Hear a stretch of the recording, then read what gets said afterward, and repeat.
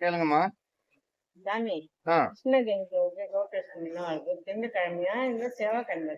அதாவது கோகுலாஷ்டமி கொண்டாடக்கூடிய நாள் திங்கக்கிழமையா செவ்வாய்க்கிழமையா அப்படின்னு கேக்குறீங்களா?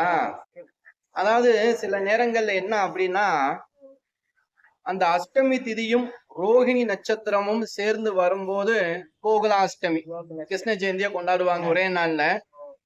இந்த 26ஆம் தேதி ஆகஸ்ட் 26, 2024 திங்கட்கிழமை என்ன அப்படின்னா, அன்னைக்கு காலையில 9:12க்கு அஷ்டமி திதி மட்டும்தான் ஆரம்பிக்குது. அன்னைக்கு இரவு 9:40க்கு தான் ரோஹிணி நட்சத்திரம் வருது. அப்ப மறுநாள் நீங்க பாத்தீங்க அப்படின்னா 27ஆம் தேதி செவ்வாய்க்கிழமை காலையில 7:12 அஷ்டமி திதி முடிஞ்சிருது. ரோஹிணி நட்சத்திரம் இரவு 8:45 வரைக்கும் இருக்கு. இப்ப இதுலதான் ரொம்ப பேர் என்ன அப்படின்னா ஒரு விதமான குழப்பம் இருக்கு. அதாவது கோகுலாஷ்டமி கிருஷ்ண ஜெயந்தி எப்படி கொண்டாடுறது? சிலவங்க இப்ப நீங்க அஷ்டமி திதி தானே நாங்க கும்பிடுவோம் அப்படின்னா 26ஆம் தேதி திங்கட்கிழமை நீங்க எடுத்துக்கலாம். இல்லங்க நாங்க ரோஹிணி நட்சத்திரப்படிதான் கொண்டாடுவோம் கிருஷ்ண ஜெயந்தி அப்படின்னா நீங்க செய்ய வேண்டியது செவ்வாய்க்கிழமை. அதாவது கிருஷ்ணருக்கு உகந்தது என்ன அப்படின்னா இந்த மாலை நேரம் தான். இரவு ஆரம்பிக்கும் போது நம்ம கிருஷ்ணரை கொண்டாடுவோம் இல்லையா?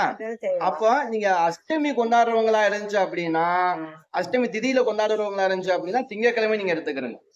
இல்ல நாங்க ரோஹிணி நட்சத்திரப்படிதான் நாங்க வழக்கமா நம்ம கும்புறதா இருக்கோம் அப்படின்னா செவ்வாய்க்கிழமை நீங்க எடுத்துக்கலாம். சரியா? இதுல எந்த ஒரு மாற்றமும் இல்லை. இந்த வாட்டி என்னன்னா ரெண்டுமே இருக்கக்கூடிய நேரம் எது அப்படின்னு பாத்தீங்கன்னா காலையில 6 மணில இருந்து 7:14 வரைக்கும் இருக்கு. அந்த நேரத்துல நீங்க அஷ்டமியும் ரோகிணியும் சேர்ந்து கும்புற மாதிரி உங்களுக்கு வழக்கம் இருந்தால் அந்த காலை நேரத்தை நீங்க எடுத்துக்கலாம். பெரும்பாலும் மாலை நேரத்தை எடுத்துப்பாங்க இல்லையா? கண்டிப்பாக இதுல ஒண்ணும் மாற்றம் இல்லை. அஷ்டமி பிளஸ் ரோகிணி 2 நாளா இருக்கிறது. அஷ்டமி முதல் நாளும் ரோகிணி 2ஆவது நாள் நைட் ஆரம்பிக்கிறதுனால 9:40க்கு மேல 10 மணிக்கு மேல சாமி கும்பிட மாட்டாங்க இல்லையா? அப்படி வழக்கம் இருக்கிறவங்க எடுத்துக்கலாம். ஆனா இருந்தாலும் அந்த 8 மணிக்குள்ள கும்பிடக்கூடிய வழிபாடுதான் சிறப்பான வழிபாடு. மாலை 6 மணில இருந்து அதை நான் சொல்லியிருக்கேன் இல்லையா? இந்த வழிமுறை நீங்க ஃபாலோ பண்ணிக்கிறீங்கம்மா. சரியா?